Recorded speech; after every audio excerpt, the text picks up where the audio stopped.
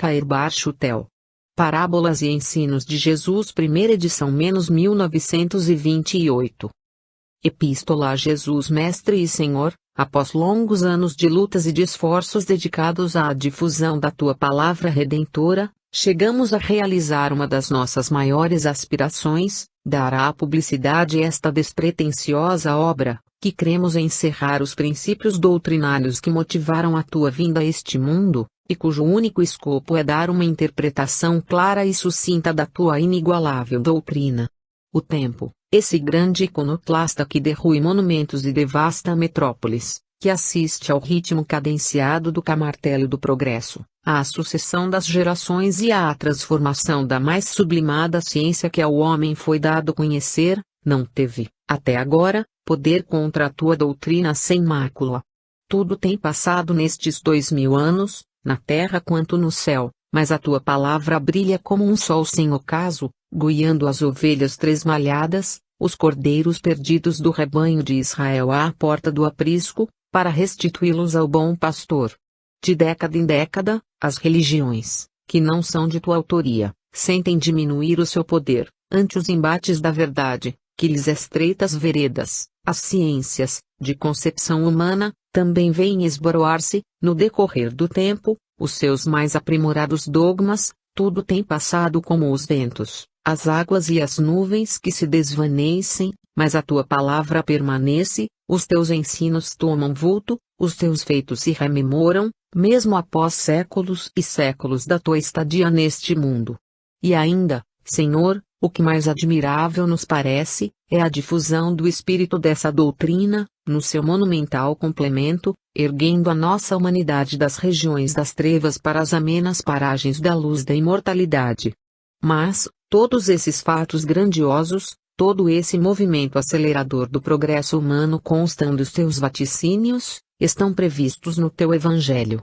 Aquelas letras memoráveis com que Teus discípulos traduziram o Teu pensamento, a eles confiado para que o fizessem repercutir através dos séculos e das gerações, aí estão, gravadas nas páginas do livro da vida, escritas em todos os idiomas e reclamando a atenção de todos, porque, na verdade, chegaram os tempos de cumprir-se a Tua palavra em toda a linha, auxiliada, com todo o poder, pela manifestação categórica dos Teus servidores. Senhor, sabemos que, como prometeste, continuas entre nós, não em matéria corruptível, mas em espírito vivificante, a selecionar as ovelhas do Teu rebanho, deixando, à esquerda, as que parecem ovelhas, porém mais não são que lobos devoradores. Sentimos a força da Tua grandeza e o poder do Teu amor inesgotável. Precisamos continuar a receber os influxos das Tuas graças, pois, sem eles, nada seremos. Que o Espírito Consolador, sob Teus auspícios, se venha consubstanciar nas elucidações deste livro, para que ele produza os efeitos desejados. Que a vida estenda seus horizontes àqueles que nos lerem, para que possam entrever seus destinos imortais, ajuda-os a vencer os abismos, resguarda-os dos inimigos. Que a milícia apocalíptica, montada em alvos corcéis, os auxilie a abater barreiras, a vencer dificuldades, a destruir empecilhos, para que gozem do Teu imaculado aconchego. Recebe, Senhor e Mestre, o mais intenso tributo de gratidão e de amor. Cairbar Chutel. Preâmbulo. A luta entre o espírito e a matéria, parece vir de tempos imemoriais.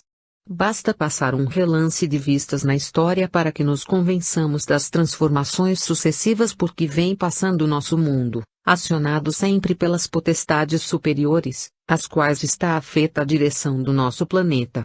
E é justamente quando o jugo se torna mais pesado, quando o caráter se deprime, quando a materialidade invade e domina a família e a sociedade, que os seres invisíveis acentuam a sua ação, para ganharmos, na senda do progresso, o tempo perdido em vãos holocaustos, que só serviram para assinalar nosso atraso espiritual. Foi numa época semelhante à nossa, em que a humanidade havia descambado para o terreno acidentado do fanatismo, da superstição e do materialismo, que o seu se fez ouvir pelo seu maior expoente, pelo seu mais lídimo representante. Foi nessa época que se encarnou entre nós o grande Espírito que conhecemos por Jesus Cristo.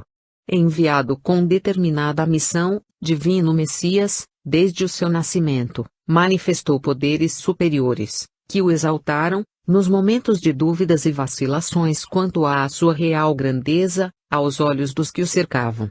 Todos esses fatos, tidos como miraculosos pela ignorância popular e pelo autoritarismo clerical, não eram mais do que provas objetivas dos atributos do Espírito, magnificamente sintetizadas no Filho do Homem. As vozes dos augúrios, os cânticos, as revelações, as manifestações em sonhos, as materializações, as maravilhas diversas, os fatos de ordem psíquica e extrasensorial narrados nos Evangelhos, constituem o caráter positivo da religião de Jesus Cristo. A palavra do Cristo, em todos os seus princípios e sancionada pelo Espírito, afirma a vida além do túmulo, a sobrevivência do homem após a transição que chamamos morte. É por este distintivo que ela se tornou querida e respeitada até mesmo dos negadores mais renitentes. Não é o timbre moral da doutrina que faz os adversários curvarem a cerviz ante a palavra de Jesus, mas, sim, os fenômenos de ordem física e intelectual que reluzem nas páginas dos Evangelhos, fatos que, digamos de passagem, com maior ou menor intensidade, nunca deixaram de se produzir, desde tempos imemoriais até a época em que nos achamos. Na verdade, que seria o cristianismo sem as curas, sem as manifestações diversas, sem as aspirações? Não passaria de uma religião como as demais, cultuais, dogmáticas, especulativas. Que seria o cristianismo sem o cântico dos espíritos, anunciando aos pastores das cercanias de Belém, o nascimento do menino Jesus, sem os sonhos proféticos de José, sem a transmutação da água em vinho nas bodas de Caná, sem a multiplicação dos pães e dos peixes, sem a dominação dos elementos no mar da Galileia, sem as aparições de Moisés e Elias no Tabor? Que seria do cristianismo sem as manifestações físicas e consecutivas de Jesus por 40 dias após a sua morte, sem a explosão do Pentecostes e as portentosas manifestações que se deram por intermédio dos apóstolos, segundo narram os Atos, desde a primeira à última página? Que seria do cristianismo sem o resplendor do caminho de Damasco? A religião não pode ser manifestação platônica a serviço dos cultos ou dos dogmas de qualquer igreja, não monopólio de determinado povo ou raça, é um apelo à razão e ao sentimento, e conduz o espírito a destinos ignotos, mas imortais. A religião não se limita a um só mundo, a um só planeta, tem caráter universal, é muito mais do que os sacerdotes proclamam, muito mais do que as igrejas concebem. Está fora do tempo e do espaço, sem deixar, contudo, de abranger os mundos e sóis que se equilibram no éter. Para que tenha caráter eterno, precisa conter o infinito, sem a dependência da vontade humana e sem estar circunscrita a uma família, a um povo, a uma nação, a um mundo. Uma religião que circunscreve a existência das almas a um mundo como o nosso, criadas ao nascer dos corpos e com o seu futuro fixado entre as alternativas de um inferno perpétuo, e de um estado paradisíaco num céu abstrato, não pode orientar aqueles que sentem o coração palpitar para a imortalidade, não pode ser verdadeira. A verdadeira religião desperta altas aspirações e torna-se um liame entre as almas e Deus, por isso não pode deixar de ter caráter permanente, no tempo e fora do tempo, no espaço e fora do espaço. Como explicar a permanência da religião nos reinos de Plutão, onde as almas, dissuadidas de toda a misericórdia, sem mais esperança de salvação, permanecem no sofrimento mais atroz, em meio a dores e lamentações, choros e gemidos? A religião, cuja insígnia é o amor, demonstra atributos divinos de bondade, de misericórdia, de sabedoria, portanto, não pode sancionar as concepções absurdas e ilusórias com que pretendem apresentá-la aqueles que se adstringem aos dogmas de concílios, às resoluções de uma maioria ocasional, cujos artigos de fé constituem a antítese da revelação do Sinai, da revelação messiânica e a da revelação espírita, exemplificando os ascendentes da verdade, livre de todas as obliterações humanas. De fato, Se nos dermos ao trabalho de recorrer à história religiosa dos povos em sua feição primitiva, quer se tratem dos povos do Oriente ou do Ocidente, nos convenceremos de que toda essa gente, que com o seu trabalho e sacrifício preparou o nosso mundo, para que nele se estabelecessem grandes empresas e nobres cometimentos, vivia na religião natural, religião, aliás, revelada em sua forma progressiva, como acontece nos demais ramos do saber humano, religião baseada na imortalidade, revestida de substanciosos fenômenos demonstrativos da sobrevivência, num mundo além do nosso, daqueles que aqui viveram e que pelo seu trabalho e sentimentos afetivos constituíram famílias, ou, ao menos, se acharam entrelaçados entre si por vínculos de amizade. E é esse fato que se vem produzindo permanentemente, de geração em geração, e tem servido para alimentar nos corações a fé no futuro, a confiança em nossos destinos promissores. É esse fato que abre clareiras à nossa esperança e impulsiona, embora lentamente, o princípio de fraternidade, que nos faz voltar as vistas para o incomensurável, para Deus. Excluamos da história todos esses fenômenos supranormais e psíquicos, essas aparições e vozes, esses augúrios, essas manifestações variadas, e a religião desaparecerá, porque toda essa fenomenologia, estando dentro da natureza e revelando-se sob o domínio da lei natural, é que dão o caráter divino à religião, sob cujos influxos se produzem os fatos, letras vivas, cartas escritas pelo dedo de Deus como todas as outras manifestações da criação, para que nos instruamos e nos engrandeçamos com as suas lições. Por isso disse sabiamente o filósofo, a religião não se baseia unicamente na teoria, mas, sim, na história, na filosofia, nos fatos. Os fatos são o tudo da religião, como também da ciência e da filosofia. Que é a ciência sem fatos? Como conceber a química sem a reação probante dos seus princípios? A física sem fenômenos de equilíbrio, atração, etc. A botânica sem as plantas? A zoologia sem os animais? A fisiologia sem o corpo humano? A astronomia sem as estrelas, os planetas, os asteroides, os cometas? Assim também, como conceber a religião sem os fatos que lhe servem de arrimo, e que vêm demonstrar a existência e sobrevivência da alma, o seu progresso, a sua evolução contínua, os seus grandiosos surtos para a sabedoria e o amor, encarando, sob todos os aspectos, os fatos chamados supranormais, metafísicos e metapsíquicos, todos eles são outras tantas pedras fundamentais que sustentam o grande edifício a que chamamos religião. Sejam quais forem os nomes com que os fatos se apresentem, em suas múltiplas modalidades, não deixam de ser fenômenos, efeitos cuja causa não pode ser outra senão a alma, princípio inteligente que, está fartamente provado, atua independentemente do corpo carnal. E aí estão os estudos do magnetismo, do hipnotismo, do sonambulismo lúcido, provocados ou espontâneos, que falam bem alto, confirmando o que apenas era um vislumbre à nossa inteligência acanhada.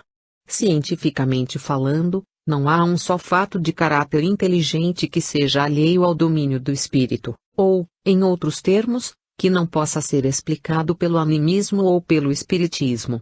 Mas não são só estes fatos positivos que vêm em apoio da nossa tese. Também as manifestações inteligentes, de qualquer natureza, ainda as que se apresentam como fenômenos mínimos, por exemplo, a sabedoria precoce das chamadas crianças prodígio, denunciando a preexistência do espírito, dão muito que pensar àqueles que já cogitam do motivo real das coisas e se esforçam por sondar os enigmas da psique. Se penetrarmos, então, nesse labirinto das manifestações espíritas, aparições dos mortos, comunicações dos espíritos, como resolver esses eternos problemas, esses enigmas, sem a religião da imortalidade, essa mensageira que nos vem guiar para vermos tudo como em verdade devemos ver, que nos esclarece com todas as suas vozes.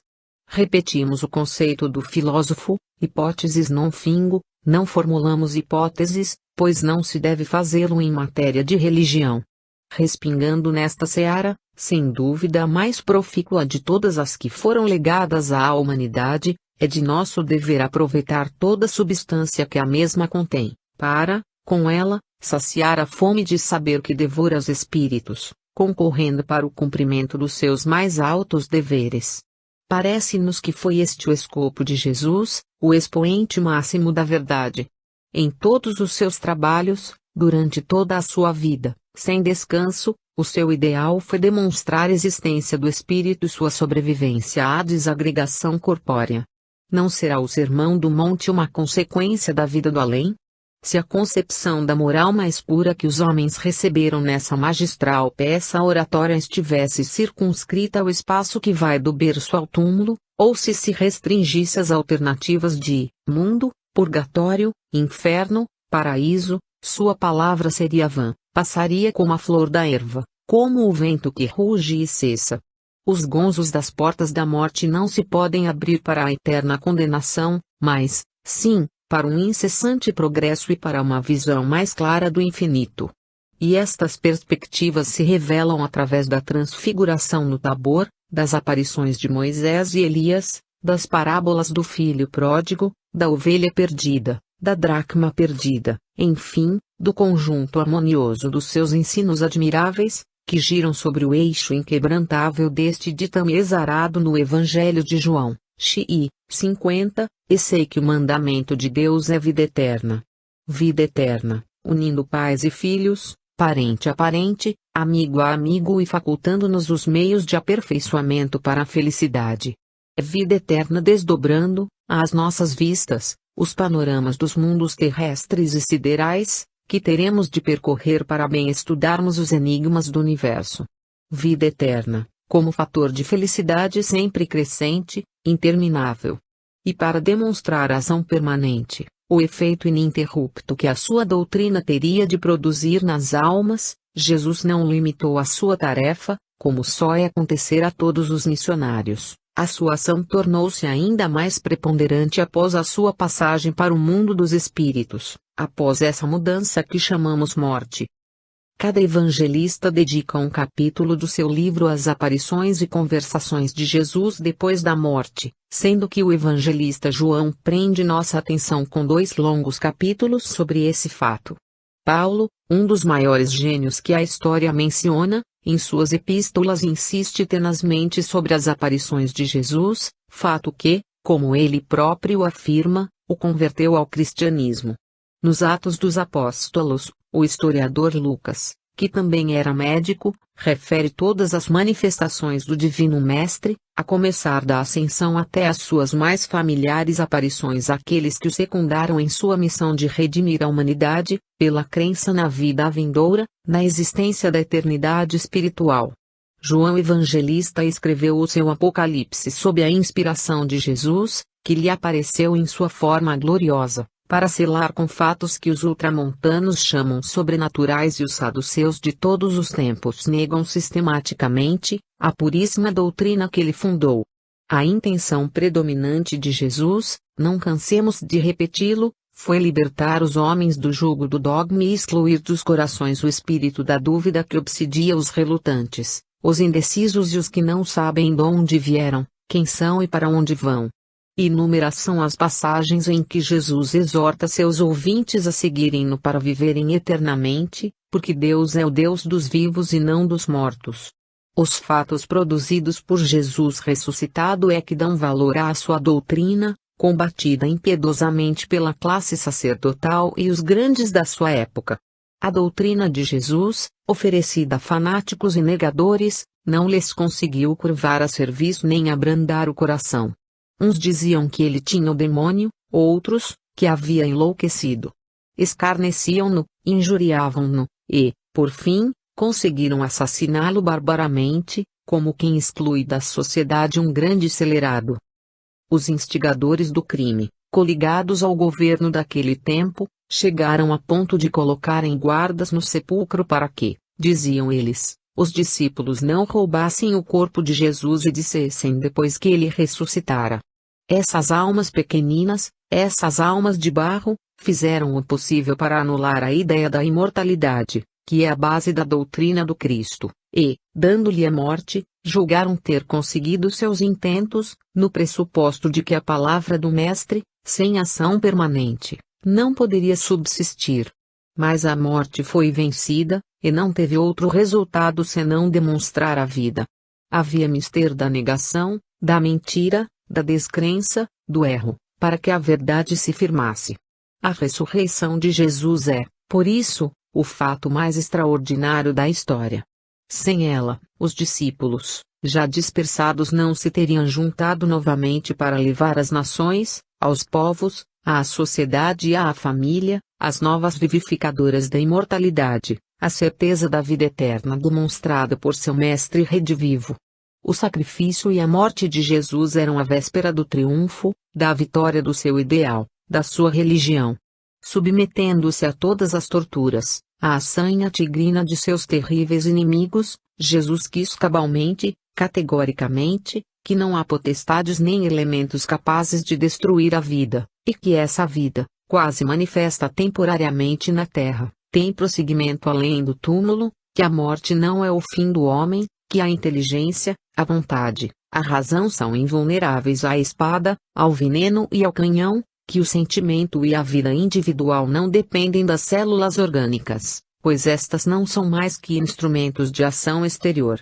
Muitos missionários vieram à Terra, mas um só se conta que aliou a palavra aos fatos, os fenômenos consequentes e subsequentes da vida eterna aos princípios da moral mais pura, mais tocante, mais elevada, e, ao mesmo tempo, mais simples que se pode conceber.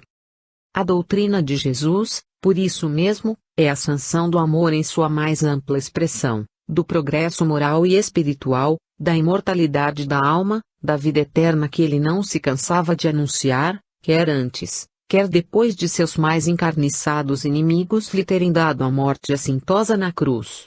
Publicando este livro, cujos ensinos provêm das nossas relações com os espíritos que dirigem o movimento espírita, que se opera no mundo todo, temos por escopo esclarecer os homens de boa vontade, indicando-lhes a senda do cristianismo, até agora conspurcado e vilipendiado por aqueles que se constituíram seus emissários e únicos representantes na terra. Oxalá que os espíritos ávidos de luz e de verdade possam encontrar nestas páginas a esperança que consola, a caridade que ampara e a fé que salva. Primeira parte. As parábolas e a sua interpretação. Na acepção geral do termo, parábola é uma narrativa que tem por fim transmitir verdades indispensáveis de serem compreendidas. As parábolas dos evangelhos são alegorias que contêm preceitos de moral. O emprego contínuo, que durante o seu ministério Jesus fez das parábolas, tinha por fim esclarecer melhor seus ensinos, mediante comparações do que pretendia dizer com o que ocorre na vida comum e com os interesses terrenos. Sugeria, assim, o mestre, figuras e quadros das ocorrências cotidianas, para facilitar mais aos seus discípulos, por esse método comparativo, a compreensão das coisas espirituais. Aos que ouviam ansiosamente, procurando compreender seus discursos, a parábola tornava-se-lhes excelente meio elucidativo dos temas e das dissertações do grande pregador. Mas os que não buscavam na parábola a figura que compara, a alegoria que representa a ideia espiritual, e se prendiam à forma, desprezando o fundo, para estes a doutrina nem sequer aparecia, mas conservava-se oculta, como a nós dentro da casca. Daí a resposta de Jesus aos discípulos que lhe inquiriram a razão de lhe falar por parábolas, porque a vós é dado conhecer os mistérios do reino dos céus, mas a eles não lhes é isso dado. Pois ao que tem, dar-se-lhe-á e terá em abundância, mas ao que não tem, até aquilo que tem ser-lhe-á tirado. Por isso lhes falo por parábolas, porque vendo não veem, e ouvindo não ouvem, nem entendem. E nele se está cumprindo a profecia de Isaías, que diz, certamente ouvireis, e de nenhum modo entendereis. Porque o coração deste povo se fez pesado, e os seus ouvidos se fizeram tardos, e eles fecharam os olhos, para não suceder que vendo com os olhos e ouvindo com os ouvidos, entendam no coração e se convertam e eu os cure. Pelo trecho se observa claramente que os fariseus e a maioria dos judeus, em ouvindo a exposição da parábola, só viam a figura alegórica que lhes era mostrada, Assim como, quem não quebra a noz, só lhe vê a casca. Ao passo que com seus discípulos não acontecia a mesma coisa, eles viam e ouviam o ensino, o sentido espiritual que permanece para sempre, não se prendiam à figura ou à palavra sonora, que se extingue e desvanece. De modo que os fariseus ouviam, mas não ouviam, viam, mas não viam, porque uma coisa é ver e ouvir com os olhos e ouvidos do corpo, outra coisa é ver e ouvir com os olhos e ouvidos do espírito. Em outros termos, ouviam, mas não escutavam, viam, mas não enxergavam. A condição que Jesus expõe, como sendo indispensável para nos ser dado e possuirmos em abundância é como diz o texto, de nós termos, mas termos o quê? Certamente algum princípio doutrinário unido à boa vontade para recebermos a verdade, aquele que tem ser-lhe-á dado e terá em abundância. E o obstáculo à recepção da sua doutrina é o indivíduo não ter a mais ligeira iniciação espiritual e não ter boa vontade para receber a nova da salvação. De modo que a parábola evangélica é uma instrução alegórica, exposta sempre com um fim moral, como um meio fácil de fazer compreender uma lição espiritual, pelo menos, a opinião do evangelista Mateus quando diz: todas estas coisas falou Jesus ao povo em parábolas, e nada lhes falava sem parábolas, para que se cumprisse o que foi dito pelo profeta: abrirei em parábolas a minha boca, e publicarei coisas escondidas desde a criação. Mateus 13, 34-35. Finalmente, as parábolas têm pouca importância para os que as tomam como foram escritas, demais, o sentido nunca deve ser desnaturado ou transviado, sob pena de prejudicar a ideia cristã.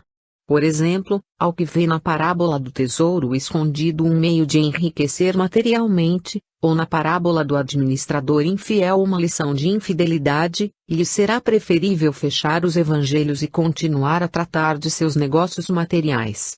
A inteligência dos evangelhos explica perfeitamente a interpretação espiritual que Jesus dá aos seus ensinos.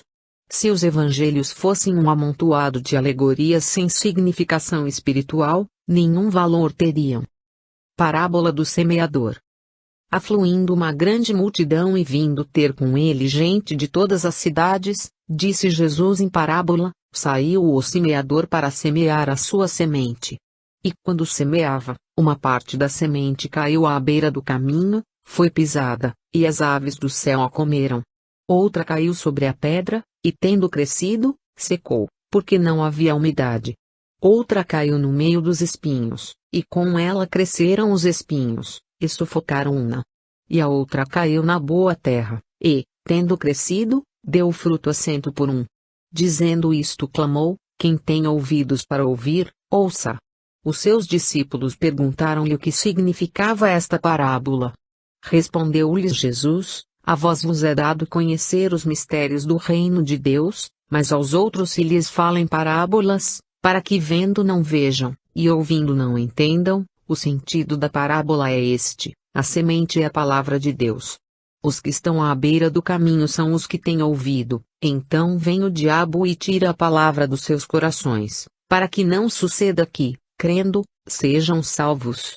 Os que estão sobre a pedra são os que, depois de ouvirem, recebem a palavra com gozo. Estes não têm raiz e creem por algum tempo, mas na hora da provação voltam atrás. A parte que caiu entre os espinhos, estes são os que ouviram, e, indo seu caminho, são sufocados pelos cuidados, riquezas e deleites da vida e o seu fruto não amadurece. E a que caiu na boa terra, estes são os que, tendo ouvido a palavra com coração reto e bom, a retêm e dão frutos com perseverança. Mateus 13, 1-9, Marcos 4, 1-9, Lucas 8, 4-15. A parábola do semeador é a parábola das parábolas, sintetiza os caracteres predominantes em todas as almas, ao mesmo tempo que nos ensina a distingui-las pela boa ou má vontade com que recebem as novas espirituais. Pelo enredo do discurso vemos aqueles que, em face à palavra de Deus, são beiras de caminho onde passam todas as ideias grandiosas como gentes nas estradas, sem gravarem nenhuma delas, são pedras impenetráveis às novas ideias, aos conhecimentos liberais, são espinhos que sufocam o crescimento de todas as verdades, como essas plantas espinhosas que estiolam e matam os vegetais que tentam crescer nas suas proximidades. Mas se assim acontece para o comum dos homens, como para a grande parte de terra improdutiva, que faz arte do nosso mundo, também se distingue, dentre todos, uma pleiade de espíritos de boa vontade, que ouvem a palavra de Deus, põem-na por obra, e, dessa semente bendita resulta tão grande produção que se pode contar a 100 por uma. De maneira que a semente é a palavra de Deus, lei do amor que abrange a religião e a ciência, a filosofia e a moral, inclusive os profetas, e se resume no ditame cristão: adora Deus e faz o bem até aos teus próprios inimigos. A palavra de Deus, a semente, é uma só, quer dizer, é sempre a mesma que tem sido apregoada em toda a arte, desde que o homem se achou em condições de recebê-la. E se ela não atua com a mesma eficácia em todos, deriva esse fato da variedade e da desigualdade de espíritos que existem na Terra, uns mais adiantados, outros mais atrasados, uns propensos ao bem, à caridade, à liberalidade, à fraternidade, outros propensos ao mal, ao egoísmo, ao orgulho, apegados aos bens terrenos, às diversões passageiras. A terra que recebe as sementes representa o estado intelectual e moral de cada um, beira do caminho, pedregal, espinhal e terra boa. Acresce ainda que nem todos os pregoeiros da palavra a pregoam tal como ela é, em sua simplicidade e despida de formas enganosas. Uns revestem-na de tantos mistérios, de tantos dogmas, de tanta retórica, ornam-na com tantas flores que, embora a palavra permaneça, fica obscurecida, enclausurada na forma, sem que se lhe possa ver o fundo, o âmago, a essência. Muitos a pregam por interesse, como um mercenário que semeia, outros por vangloria, e, grande parte, por egoísmo. Nestes casos não dissipam as trevas, mas aumentam-nas, não abrandam corações, mas endurece-os, não anunciam a palavra, mas dela fazem um instrumento para receber ouro ou glórias. Para pregar e ouvir a palavra, é preciso que não a rebaixemos, mas a coloquemos acima de nós mesmos, porque aquele que despreza a palavra, anunciando-a ou ouvindo-a, despreza o seu instituidor, e, como disse ele, quem me despreza e não recebe as minhas palavras, tem quem o julgue, a palavra que falei, esta o julgará no último dia. Sermo, quem locutus sum, ili judicabit eum novíssimo dia. João, 12:48. Que belíssimo quadro apresenta-se às nossas vistas, quando, animados pelo sentimento do bem e da nossa própria instrução espiritual, lemos, com atenção, a parábola do semeador.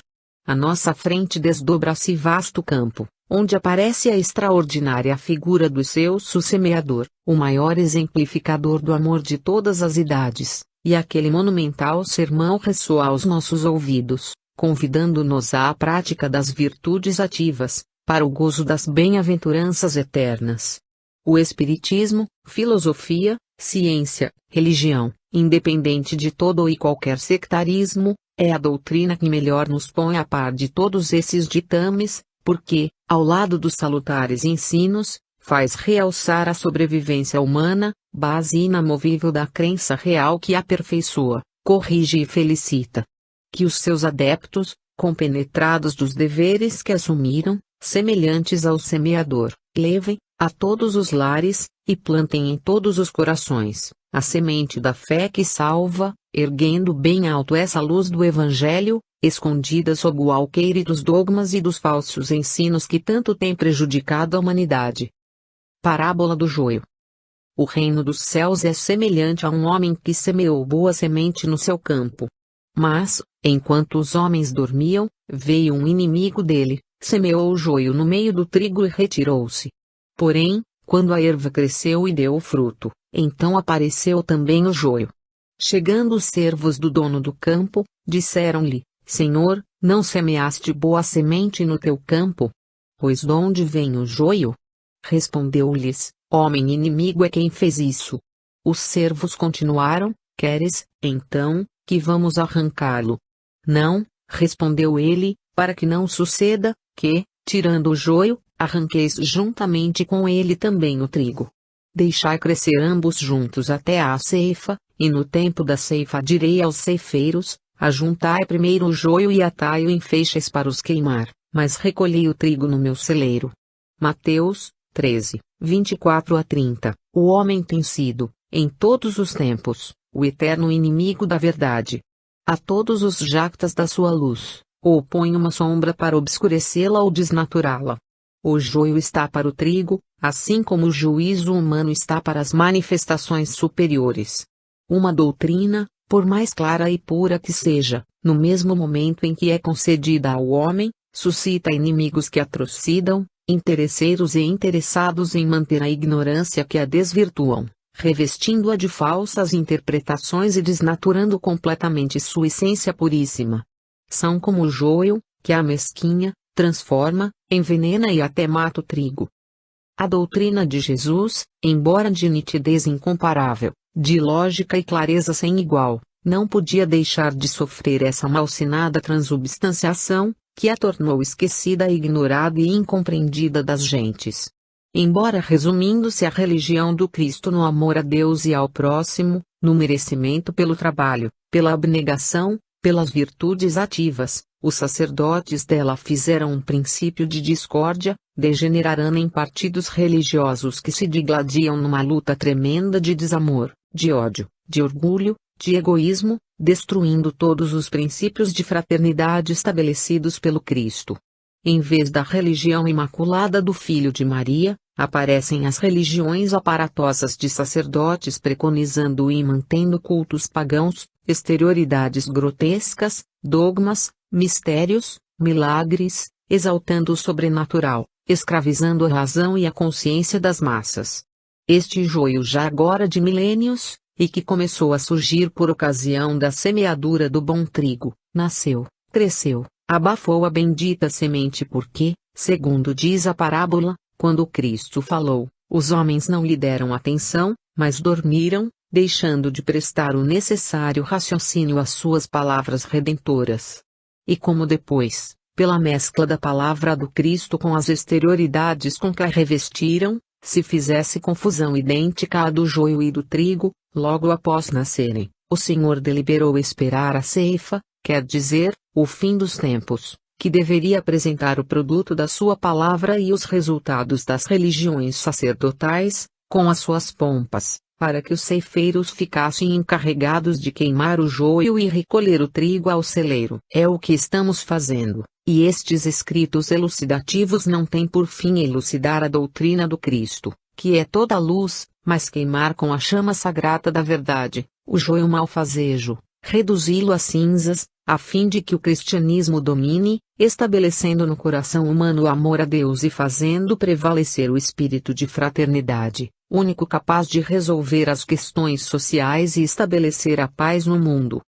Parábola do grão de mostarda. O reino dos céus é semelhante a um grão de mostarda que um homem tomou e lançou no seu campo, o qual grão é na verdade, a menor de todas as sementes, mas depois de crescida é a maior das hortaliças e faz-se árvore, de tal modo que as aves do céu vêm pousar nos seus ramos.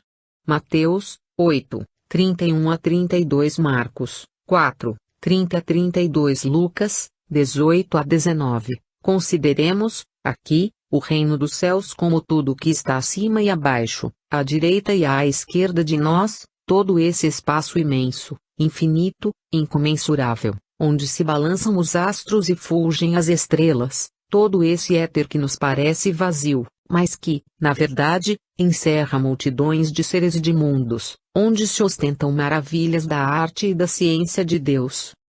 Para quem o vê da terra, com os olhos da carne, parece o seu conhecimento insignificante, como é uma semente de mostarda. Mas, depois que o estudamos, assim como depois que se planta a semente, nossa inteligência se dilata, como se dilata a semente quando germina, transforma-se o nosso modo de pensar, como só acontecerá a semente modificada já em erva, e o conhecimento do reino dos céus cresce em nós como cresce a mostarda, a ponto de nos tornarmos um centro de apoio em torno do qual voluteiam os espíritos. Bem assim os homens que sentem a necessidade desse apoio moral e espiritual, Da mesma forma que os pássaros, para o seu descanso, procuram as árvores mais exuberantes para gozarem a sombra benéfica das suas ramagens. O grão de mostarda serviu 2 vezes para as comparações de Jesus, uma vez comparou-o ao reino dos céus, outra, à fé. O grão de mostarda tem substância e uma semente faz efeito revulsivo. Essa mesma substância se transforma em árvore, dá, depois, muitas sementes e muitas árvores e até suas folhas servem de alimento. Mas é necessária a fertilidade da terra, para que trabalhe a germinação, haja transformação, crescimento e frutificação do que foi semente, e é necessário, a seu turno, o trabalho da semente e da planta no aproveitamento desse elemento que lhe foi dado. Assim acontece com o reino dos céus na alma humana, sem o trabalho dessa semente, que é feito pelos Espíritos do Senhor, sem o concurso da boa vontade, que é a melhor fertilidade que lhe podemos proporcionar, sem o esforço da pesquisa, do estudo, não pode aumentar e engrandecer-se em nós, não se nos pode mostrar tal como é, assim como a mostarda não se transforma em hortaliça sem o emprego dos requisitos imperiosos para essa modificação. A fé é a mesma coisa, parece-se com um grão de mostarda quando já é capaz de transportar montanhas, mas a sua tendência é sempre para o crescimento, a fim de operar mudança para campo mais largo, mais aberto, de mais dilatados horizontes. A fé verdadeira estuda, examina, pesquisa, sem espírito preconcebido, e cresce sempre no conhecimento e na vivência do Evangelho de Jesus. O Espiritismo, com seus fatos positivos, vem dar um grande impulso à fé, desvendando a todos o reino dos céus. Assim como o reinado celeste abrange o infinito, a fé é tudo e dela todos precisam para crescer no conhecimento da vida eterna. Parábola do fermento. O reino dos céus é semelhante ao fermento, que uma mulher tomou e escondeu em 3 medidas de farinha, até ficar toda ela levedada. Mateus, 13, 33 Lucas, 13, 20 a 21. Não há quem ignore o processo da panificação. Lança-se um tanto de fermento na massa de farinha, mistura-se e espera-se que fique toda levedada, para o que muito concorre o calor. Aparentemente, quem vê a massa não diz que tem fermento, entretanto, depois de algumas horas, a própria massa levedada acusa a presença do mesmo. Assim é o reino dos céus, o homem não se pode transformar, de simples e ignorante, em elevado e sábio de um momento para outro, como o levedo não transforma a farinha na mesma hora em que nela é posto. Aos poucos, à medida que ouve a voz dos profetas, a palavra dos emissários do alto, a inteligência do homem se vai esclarecendo e o seu espírito se transforma. Ele assimila o reino dos céus, que à prima facie lhe pareceu um enigma, mas depois se lhe apresentou positivo, racional, lógico. Quem diria que uma só medida de fermento, em 3 medidas de farinha, leveda a mesma? Preciso, porém, lembrar que o calor, não só na farinha para o pão, como também no homem, para a transformação de espíritos, é indispensável. E este calor pode traduzir-se na atividade que empregamos para o progresso que somos chamados a conquistar. Parábola do tesouro escondido.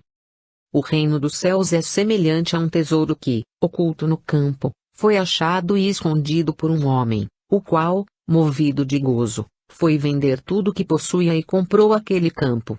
Mateus, 13, 44. O homem tem resumido a sua tarefa na terra a procurar tesouros, a achar tesouros, a esconder tesouros, a vender o que possui para comprar campos que tenham tesouros.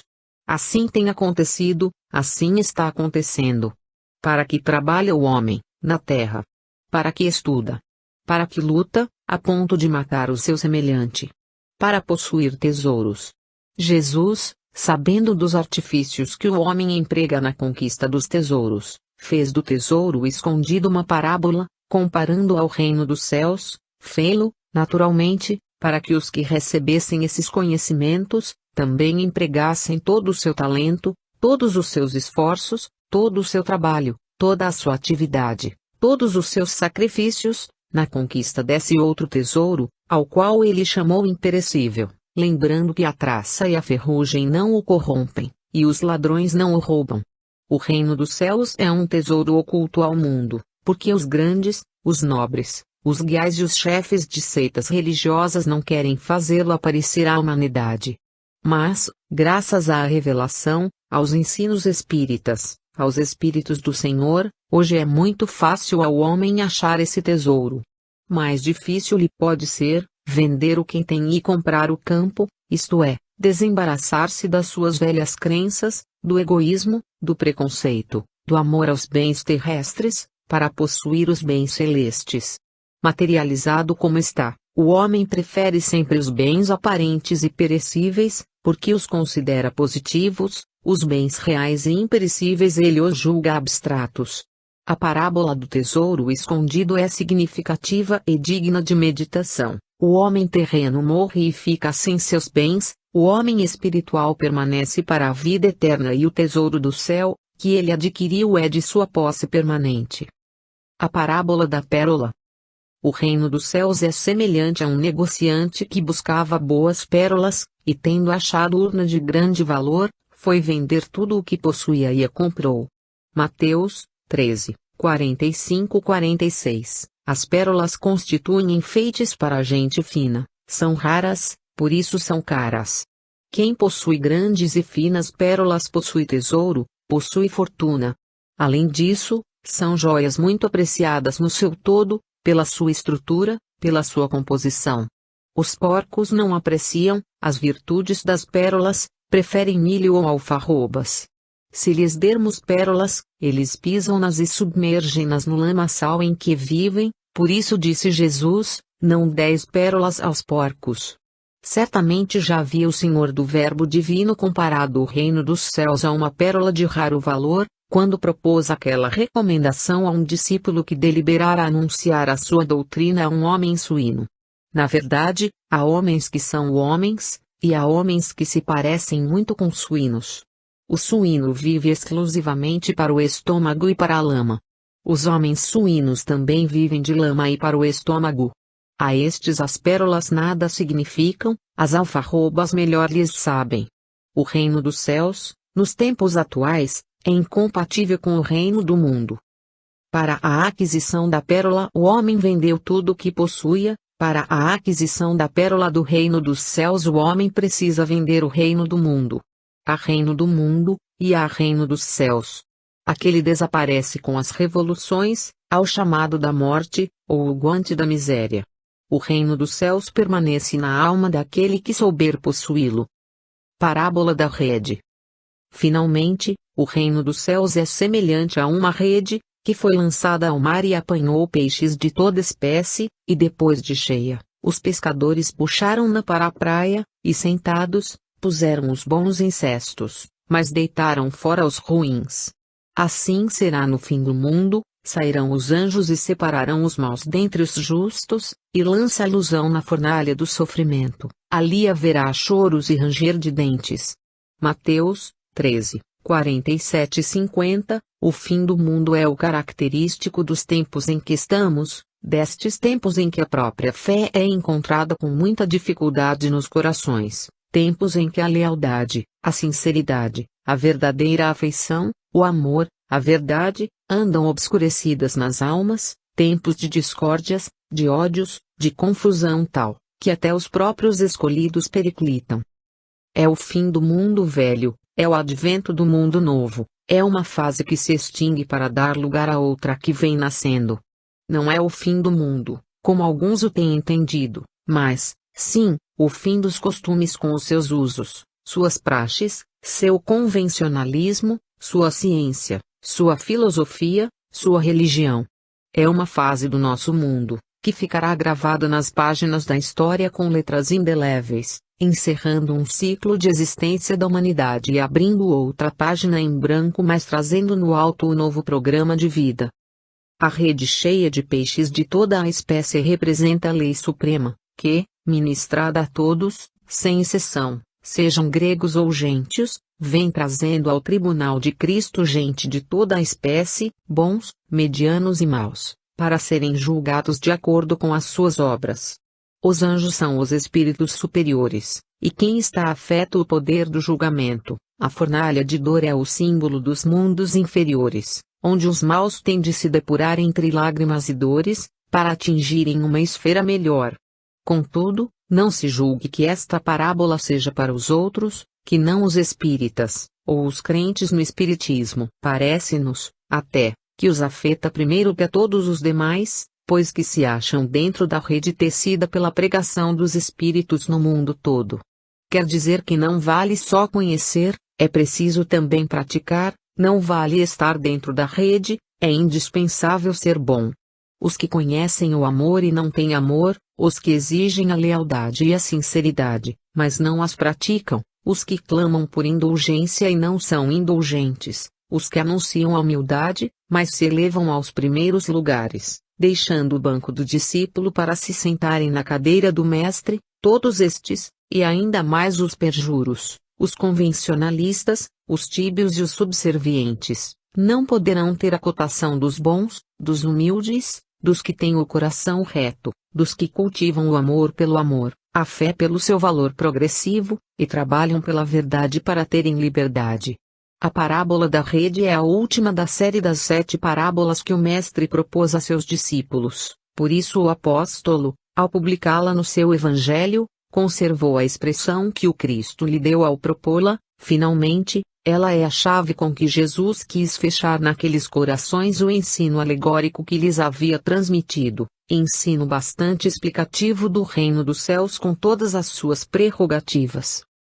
Parábola da ovelha perdida. Que vos parece? Se um homem tem 100 ovelhas e uma delas se extravia, não deixa as 99 e vai aos montes procurar a que se extraviou? E se acontecer achá-la, em verdade vos digo que se regozija mais por causa desta, do que pelas 99 que não se extraviaram. Assim não é da vontade do vosso Pai que está nos céus que pereça nenhum desses pequeninos. Mateus, 18, 12 a 14 e Lucas, 15, 3 a 7, esta imaginosa parábola parece ser o solene protesto da má interpretação que os sacerdotes têm dado à palavra do Cristo.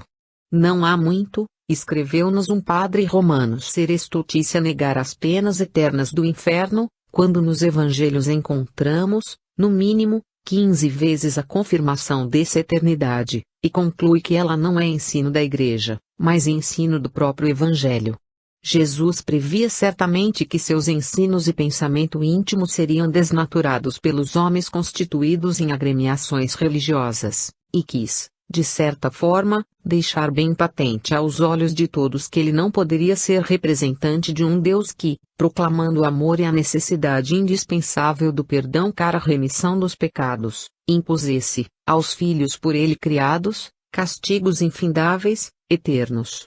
A parábola mostra bem claramente que as almas transviadas não ficarão perdidas no labirinto das paixões, nem nas furnas onde medram os abrolhos. Como a ovelha desgarrada, elas serão procuradas, ainda mesmo que seja preciso deixar de cuidar daquelas que atingiram já uma altura considerável, ainda mesmo que as 99 ovelhas fiquem estacionadas num local do monte, os encarregados do rebanho sairão ao campo em procura da que se perdeu. O Pai não quer a morte do ímpio, não quer a condenação do mal, do ingrato, do injusto, mas sim a sua regeneração, a sua salvação, a sua vida, a sua felicidade. Ainda que seja preciso, para a regeneração do espírito, nascer ele na terra sem mão ou sem pé, entrar na vida manco ou aleijado, ainda que lhe seja preciso renascer no mundo sem os olhos, por causa dos tropeços, por causa dos escândalos, a sua salvação é tão certa como a da ovelha que se havia perdido e lembrada na parábola, porque todos esses pobres que arrastam o peso da dor, os seus guias e protetores os assistem para conduzi-los ao porto seguro da eterna bonança. Leitor amigo, quando vos falarem os sacerdotes, de inferno eterno, perguntai-lhes que relação tem a parábola da ovelha perdida com esse dogma monstruoso, que desnatura e inutiliza todos os atributos divinos. Parábola do credor incompassivo. Então Pedro, aproximando-se de Jesus, lhe perguntou: Senhor, quantas vezes pecará meu irmão contra mim, que lhe hei de perdoar? Será até 7 vezes? Respondeu-lhe Jesus: Não te digo que até 7 vezes, mas até 70 vezes 7 vezes. Por isso o reino dos céus é semelhante a um rei, que resolveu ajustar contas com os seus servos. E tendo começado a ajustá-las, trouxeram o que lhe devia 10.000 talentos. Não tendo, porém, o servo com que pagar, ordenou o seu senhor que fossem vendidos ele, sua mulher, seus filhos e tudo quanto possuía, e que se pagasse a dívida. O servo, pois, prostrando-se, o reverenciava dizendo: Tem paciência comigo, que te pagarei tudo. E o Senhor teve compaixão daquele servo, deixou-o ir e perdoou-lhe a dívida. Tendo saído, porém, aquele servo encontrou um de seus companheiros, que lhe devia 100 denários, e, segurando-o, o sufocava, dizendo-lhe: Paga o que me deves. E este, caindo-lhe aos pés, implorava: Tem paciência comigo, que te pagarei. Ele, porém, não o atendeu, mas foi-se embora e mandou conservá-lo preso, até que pagasse a dívida. Vendo, pois, os seus companheiros o que se tinha passado, ficaram muitíssimo tristes, e foram contar ao Senhor tudo o que havia acontecido. Então, o Senhor, chamando-o, disse-lhe: Servo malvado, eu te perdoei toda aquela dívida, porque me pediste. Não devias tu também ter compaixão do teu companheiro, como eu tive de ti? E irou-se o seu senhor e o entregou aos verdugos, até que pagasse tudo o que lhe devia. Assim também meu Pai Celestial vos fará, se cada um de vós do íntimo do coração não perdoar a seu irmão. Mateus 18, 21-35. No capítulo V do Sermão do Monte, segundo Mateus, versículos 5-15. Ensinou Jesus a seus discípulos e à multidão que se apinhava para ouvir os seus ensinos, a maneira como se deveria orar, e aproveitou o ensejo para resumir num excelente e substancioso colóquio com Deus, a súplica que ao poderoso Senhor devemos dirigir cotidianamente. O mestre renegava as longas e intermináveis rezas que os escribas e fariseus do seu tempo proferiam, de pé nas sinagogas e nos cantos das ruas, para serem vistos pelos homens. Observou a seus ouvintes que tal não fizessem, mas que, fechada a porta do seu quarto, dirigissem, em secreto, a súplica ao Senhor. A fórmula de oração que lhes deu encerra, ao mesmo tempo, pedidos e compromissos que teriam de assumir os suplicantes, e dos quais se destaca o que constitui objeto dos ensinos que se acham contidos na parábola do credor incompassivo: perdoa as nossas dívidas, assim como nós perdoamos aos nossos devedores. Do cumprimento ou não desta obrigação, depende o deferimento ou indeferimento do nosso requerimento. Além disso, nesse dever se resume toda a confissão, comunhão, extrema-unção, etc. Aquele que confessar, comungar, receber a unção, mas não perdoar os seus devedores, não será perdoado, ao passo que, o que perdoar será imediatamente perdoado, independentemente das demais praxes recomendadas pela Igreja de Roma, ou quaisquer outras igrejas, como meio de salvação. Acontece ainda que o perdão, conforme o Cristo ensinou a Pedro, deve ser perpétuo, e não concedido 1, 2, ou 7 vezes. Daí vem a parábola explicativa da concessão que devemos fazer ao nosso próximo, para podermos receber de Deus o troco na mesma moeda. Vemos que o primeiro servo a chegar foi justamente o que mais devia, 10.000 talentos. Soma fabulosa naquele tempo, para um trabalhador, não só naquele tempo como também hoje, pois valendo cada talento R$ 1.890 em moeda brasileira, 10.000 atingia a respeitável soma de R$ 18.900.000, 18.900.000, se algum servo, que só tivesse mulher, filhos e alguns haveres ficasse devendo essa importância para o Vaticano, depois de entregue ao braço forte seria irremissivelmente condenado às penas eternas do inferno. Jesus escolheu mesmo essa quantia avultada para melhor impressionar seus ouvintes sobre a bondade de Deus e a natureza da doutrina que em nome do Senhor estava transmitindo a todos. Nenhum outro devedor foi lembrado na parábola, porque só o primeiro era bastante para que se completasse toda a lição. Pois bem, esse devedor, vendo-se ameaçado de ser vendido com ele sua mulher e seus filhos, sem eximir-se do pagamento, pediu moratória, valendo-se da benevolência do rei. Este, cheio de compaixão, perdoou-lhe a dívida. Isto, suspendeu as ordens que havia dado para que tudo quanto possuía, mulher, filhos e o mesmo servo, fosse vendido para pagamento, visto como ele se propunha a pagar com o prazo. Mas, continua a parábola, aquele devedor, que havia recebido perdão, logo ao sair encontrou um de seus companheiros que lhe devia